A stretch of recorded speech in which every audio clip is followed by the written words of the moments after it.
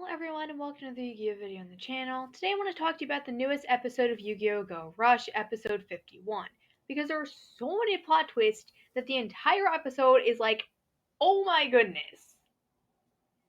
Now, obviously this video contains complete spoilers for the episode, so if you don't want that, I suggest you turn off this video now and come back after you watched it. Please also note that I will be going over the sub as I have not watched the dub for the show. And now let's jump into going over all of the plot twists in episode 51. The episode starts, and I'm immediately like, Nani?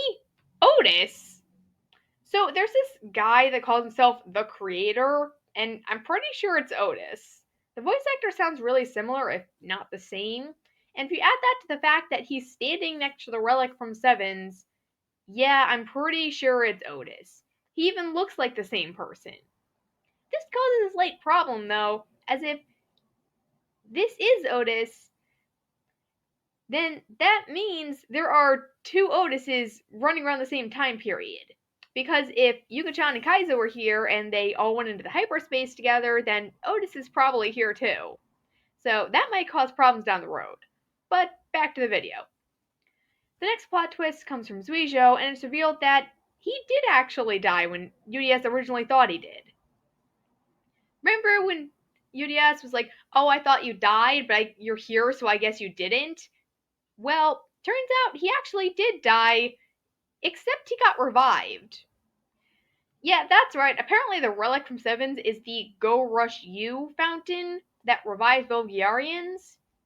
Or according to the creator, who I'm going to refer to as Otis from now on because I'm pretty sure it's him, everyone from Belgiar is like an artificial life form with a half-life, and every time one of them dies, they just get revived because Otis just wants them to keep fighting the war. Otis describes them as sentient game pieces, basically, and Otis can also control them? It's kind of confusing. And apparently, Suizo did everything that he did with the Earth Damar because he wants to conquer all of Earth and take the power of the Earth Damar that everyone has, because he wants to make all the Velgiarians like true life forms instead of half-life forms. So, sure, Suizo, that's interesting. But the real plot twist comes up next. Here we go. So, right before Eudice defeats Suizo, by the way, this entire episode was during the same duel as the last two episodes, the two of them go into like this space where they can chat and also apparently attack each other. Admittedly, it could be purely visual for the audience, as the franchise has done that before, but the fact that no one reacts to this afterwards or says anything about it means that the comps are malfunctioning, or that was some kind of special space where only the two of them were there. Or everyone's just being really nice and ignoring the fact that they heard that. But I think it's more likely that no one else could hear them, because I think we would have seen their reactions even if they didn't say anything.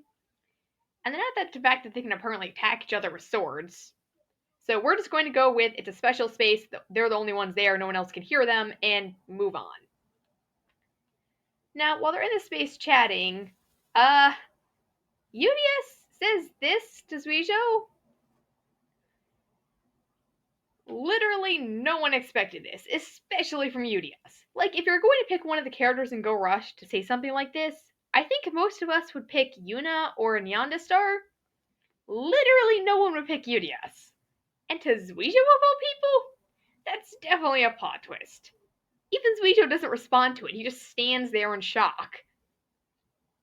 Wait, I didn't notice this the first time. What Suizo said before that, did Suizo just, and hold on a minute. Suizo just realized what Udius was saying before he finished saying it. That means, okay, so there's clearly something happening with these two, but moving on. The final plot twist actually makes sense, and that would be Udius sending everyone from the main group back to Earth.